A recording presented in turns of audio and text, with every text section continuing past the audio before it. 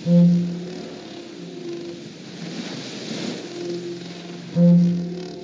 large open fields of green grass, and usually surrounded by trees, and walkways where there's blackberries hanging from the side.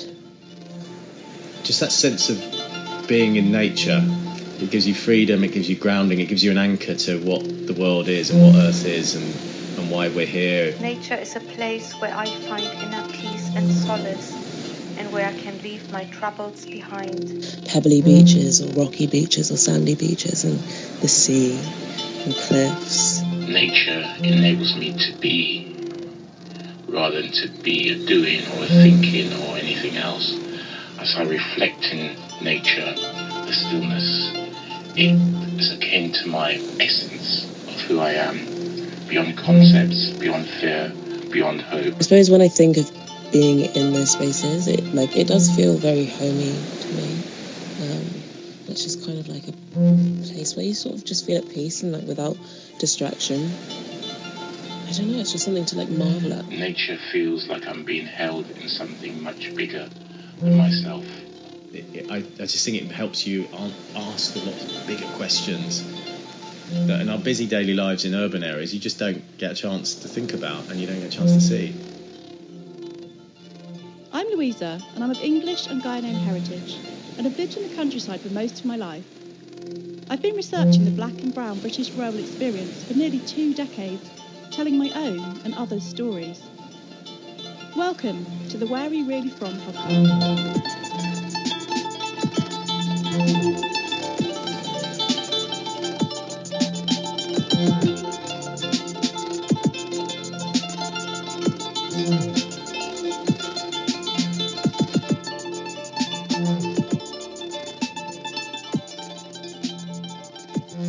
I never grew up with rainbows and could never count in colour.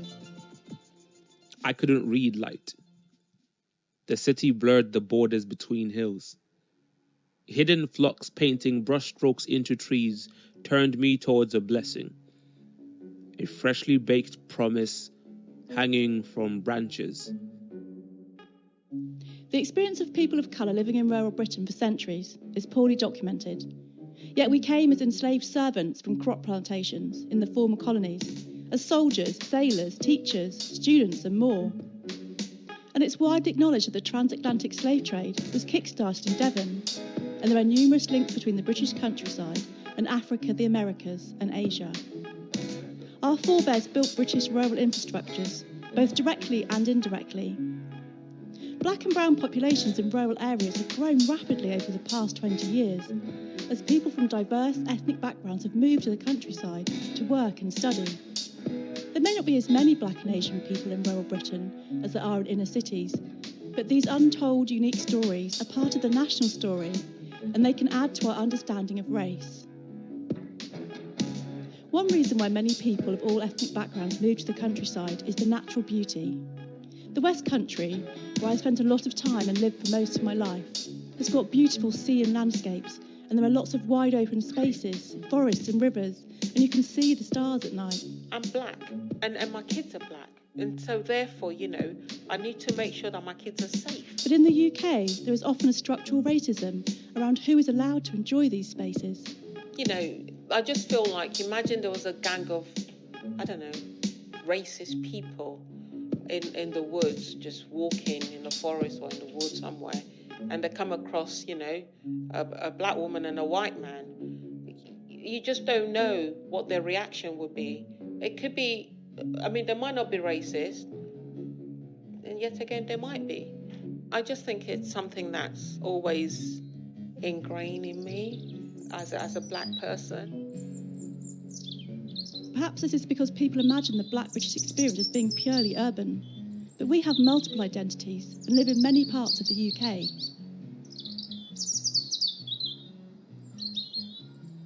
One person who's caught the gaze of the mainstream media at the moment is Mya-Rose Craig, otherwise known as Bird Girl, who is now 18. She recently started a programme which gives young black and brown people from inner city Bristol the opportunity to spend time in nature. Hi, I'm Mya-Rose Craig. I'm 18 years old and I blog under the name of Bird Girl.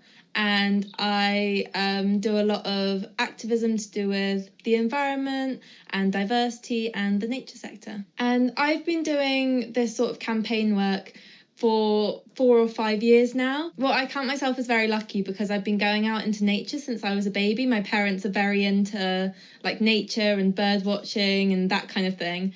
And so I sort of grew up in the countryside going outdoors. But I'm also half Bangladeshi. My mum's family is Bangladeshi.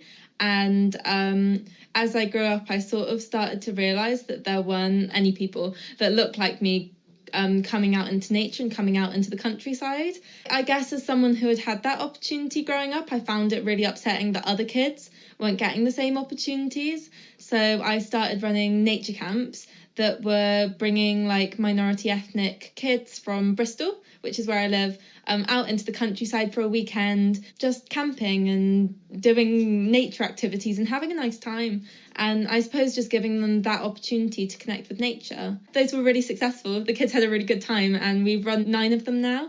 And I also started this organisation called Black to Nature. We run the camps, but we also do a lot of like campaigning within the nature sector, trying to just change things more systemically within these institutions.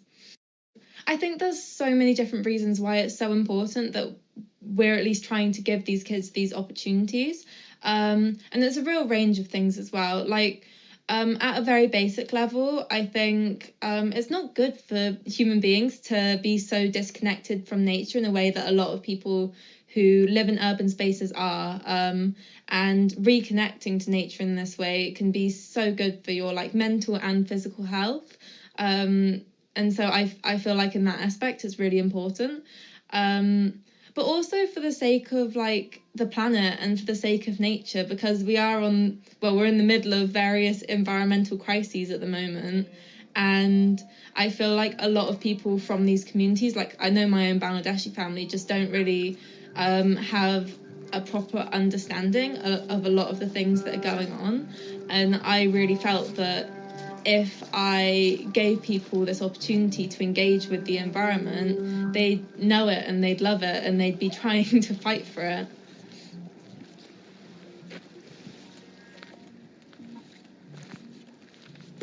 Stumbling into a congregation of pine trees and water, I watched everything I knew about music stop. A babbling brook, wedged into a gasp, draped its body over pebbles. The neighborhood around it purred in immutable chorus. Red-breasted poets sang, petals whispered, water. Stinging nettles spoke out of turn. Music I, all vowel-mouthed and awkward, slurred, trying to teach myself the consonants of forest. Hood around it purred in immutable chorus. Red-breasted poets sang, petals whispered, stinging nettles spoke out of turn. I, all vowel-mouthed and awkward, slurred, trying to teach myself the consonants of forest. Accessing nature from urban spaces has always been really difficult, especially for people who live in bigger cities like where I'm from, Bristol or London or whatever. So I've also been trying to do a lot of work to do with, becoming connected to green spaces even if you do live in the middle of the city. And I did a bit of a series during lockdown about how to connect with nature even when you're living in like a flat. And I think for one, there's a lot of misconceptions about like what engaging with nature is in the first place, because I think there's still this very traditionalist approach to engaging with nature where it's like you need your pair of binoculars to go down to the local nature reserve and stare at like the birds or whatever, and that just does not do it for most people, like at all. Like I quite enjoy it, but I know most people don't. Even just going into a green space like a park, if you've got one near you, and just, I don't know, lying down on the grass and looking up into the trees and stuff, that's still connecting with nature, and it's still giving you that opportunity to be in a green space and be separate from your everyday life. Like something I was talking about during lockdown is just getting one of your old plastic containers and like getting a bit of dirt and just planting some herbs and putting it in your windowsill. And they're like very resilient. They can last being in like a top floor flat or whatever. And it's just so nice to have like some plants that you've grown yourself that feel very natural. And I think something that can change a lot of people's perspective of nature, which a lot of the kids from the camp said has happened to them, is just being very aware of all the birds and animals around you. Because I think a lot of people who live in the city assume that there's nothing around, like you've got to go out to the countryside to see any birds or any animals, except like, I don't know, foxes maybe. But if you sit down and you become aware of all the birds that are flying over your head and stuff that aren't just pigeons and gulls, I think it really opens your eyes to how much nature there is all around you, and I think that can be quite life-changing. I've been going out into the countryside since I was a kid, and I feel quite lucky that I've never experienced any like racism or prejudice. Unfortunately, that hasn't been the case for some of the kids that have come on the my camps, and although it's never been like anything super explicit, they have had to deal with, you know, a lot of microaggression, a lot of prejudice against them, despite the fact that we're trying to take them out for a really friendly, really like enjoyable and calming weekend. It's just really little things that can really knock these kids off kilter, because they're all so lovely as well. Like they're playing football in the camping ground, and our neighbours will come out and like really shout at them, and they haven't done anything. Or like they're chatting with their mate while we're on a reserve, and people will like tell them off for being rowdy as they're walking past and stuff that I know that they wouldn't do to them if they were white or if they were wearing like traditional outdoorsy clothes or whatever. There was a lot of racism around, and just in the way that people would talk about black people and people would talk about Asian or Muslim people, it was quite upsetting, and it was very strange because people would just sort of do it over the top of my head, like I wasn't Asian or I wasn't Muslim, and I think that created a lot of dissonance for quite a long time between like different versions of me, I suppose.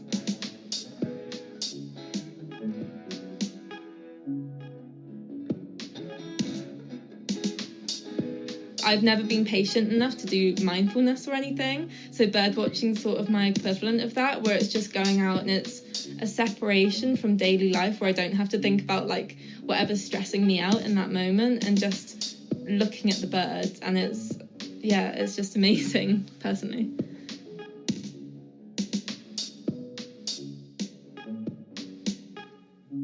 Looking for the laughter lines on trees, I tried to understand its comedy. Did we, me, know my England well enough? A curriculum for survival without maps lacked birds and views. The few who knew about them spoke in secret. Birdless feathers knotted into the wild. This was just normal. This was life, so nothing was different. But I remember definitely in the place before we lived on the farm. So this place that it was like a new build estate, but on the outskirts of Whittam. I remember that's a fair amount of racism. That just felt like the norm. I mean, that's sort of that's what happened, and it was a sort of feeling of people felt threatened that so a mixed race couple, so my dad white, my mum black, had moved into the area, so that I think they got a bit of abuse because of that. I think people felt threatened because of that. That was the norm. We got in touch with Sean Fletcher, who is a journalist and presenter and is well known for his work on Countryfile, amongst other things. We wanted to talk to him about his experiences and what nature means to him. Now I live in London, I realise how lucky I was. I remember people used to ride horses back and forth, and one time people shouted something over, go home, and the N-word over the fence, and my dad chased after them, but they managed to get away. And then another time, I remember some boys, because we didn't have houses behind us, it was just fields. People could sort of come in and look through the fence and all that. And I remember some boys shouting some stuff. Actually, when I was walking to a station with my dad to go to school, I remember some boys shouting some stuff, and my dad actually, confronted them. And then the next day, and obviously they were kids, so my dad told them where to go and all of that. And then the next day their dad came around and he was banging on the door saying, "What are you doing?" And I mean, I was quite young then, so it was just sort of this feeling of, oh, this doesn't feel right, and there's a real fear, and I don't feel that welcome here. But they they were very few and far between. On the whole, I just remember feeling really happy and really at one, and that the countryside and the people were sort of my people in many ways. And I suppose I just remember feeling really free. I think children, comparing like my children now, my son is 17 and my daughter's 22. So when they were growing up, life is just different anyway. I mean, you say I'm going in summer holidays. You say I'm going out, and you go out for the day, and there's no mobile phones or anything. You just go. But living in the country, it's another dimension, because we used just to get on our bikes and cycle for miles, and then we'd just find a field and we would disappear for the day, and find a new place and go on an adventure. And there were times when I remember have really good memories of a river nearby called the River Chelmer, which is the big river that goes through Chelmsford, and it came out of Chelmsford and came by Little Baddow, and it was a couple of fields away from us. And I remember getting my first dinghy and going with a friend onto this river. It's quite a big river. I mean, it's really dangerous, and we would just paddle all the way up to the next town, hours away, just paddling away. And we'd get to a weir, and weir's just basically like a man-made waterfall. We'd try and get over it, and we couldn't, and really dangerous things that I'd tell my kids, what on earth are you doing? But we just learned along the way, and we did stuff. And I remember people telling me later, oh, there were rats in that river. You could get Weil's disease and people die of that. And we heard of a canoeist who died of this sort of thing. So I didn't really care. You just did stuff. And I suppose that it's a bit dangerous, but it also empowers you and makes you feel like anything is possible. And I've definitely used a bit of that feeling of anything is possible. And, well, if we can't do it this way, let's do it that way. If we can't get through this wall, let's go around the other way. That's the sort of the adventure spirit that we had when I was young. And I've definitely used a bit of that now in my life nowadays. And it's you can't recreate that, because obviously that's like 15, 16 years of experiences in formative years in your life. And it shaped me in such a positive way. There was bigotry, and there was probably a lot of bigotry that I didn't pick up on, and my natural self-defense was to ignore a lot of stuff, and probably I missed a lot of stuff. So probably a huge amount of prejudice, which now we all, now in the current climate, we are really aware of. In those days, I probably just let lots of things go. If you're the only black face in an area, it is challenging and it is difficult, and it can really make you think twice, or you check yourself. When you would normally react in a certain way, you think, I better not, or what should I say, and it affects your performance and how you are. So initially I met my wife at university. She is a Welsh speaker.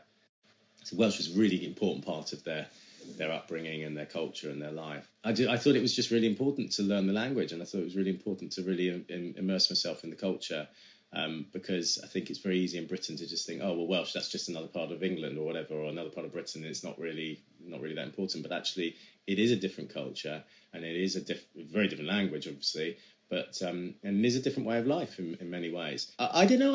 I've never actually felt like an outsider in many ways, because in Wales, if you're from the Welsh-speaking community, you're overjoyed when someone's learning the language. I suppose that's the difference between something like the English culture in England, because it's so strong and dominant around the world. If someone's learning English, you sort of expect, you should be learning English, you're in England or whatever. But in Wales, that's not a given. So when someone comes in, particularly a black guy, comes in and says, I'm really interested in your culture and learning your language, and then I start speaking in that language, I've always felt just so completely welcomed by that. It really highlighted the fact that my mother didn't pass on that same culture from Zimbabwe, and that's a shame. That's a shame. I did actually, when I was at university in London, try and learn Shona. So I went to SOAS, because I was at King's College London, and I went to SOAS to see if they did any courses in Shona, and they didn't really at the time. And I remember buying some really archaic book about learn Shona, and now I've learned Welsh and I know what it takes to learn a language. There's no way I was ever going to learn it, because you need to be practicing every day.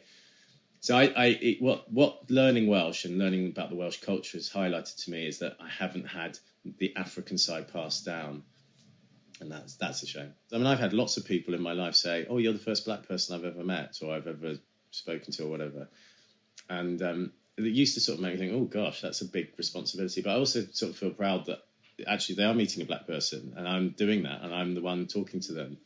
And it's an important role. You don't want to then just be some guy who's just going to pander to what they say. You need to challenge people when things are wrong. And so I suppose people going into areas where they feel that they're not accepted or there are boundaries, you're playing a role and you are laying a path for the next black person to come along, and that's an important role. And it might just be you are talking to people and chatting to people and breaking down the barriers that they may have had because they've never met a black person before. But also you may be challenging someone who's been racist, and you may be saying, hang on, I'm going to make a stand here. I don't want this. That the role, there are lots of different parts to that role, but it's a really important role. And the countryside belongs to everyone. Get out there. If I feel like there are boundaries somewhere stopping me go somewhere that I'm entitled to go, I feel like, well, no, I'm going to go there because it's really important I go there and I prove a point that you can go there. And that's, I don't know, I mean, I'm not the sort of person to say, well, I better not do that then because they've told me this. I feel like, well, I'm going to go in and do it. This space is just as much your space as it is their space.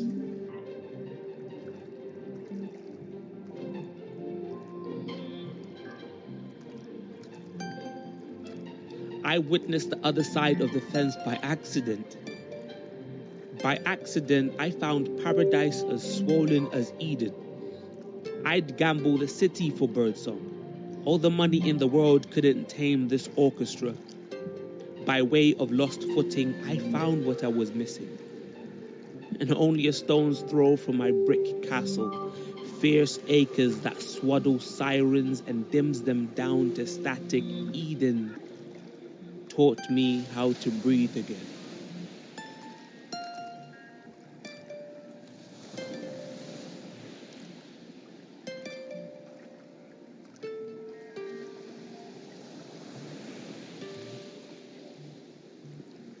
If you want to find out more about the Where Are You Really From project, visit our website at www.whereareyoureallyfrom.co.uk. You can find links to all the podcasts on the site. Thank you for listening.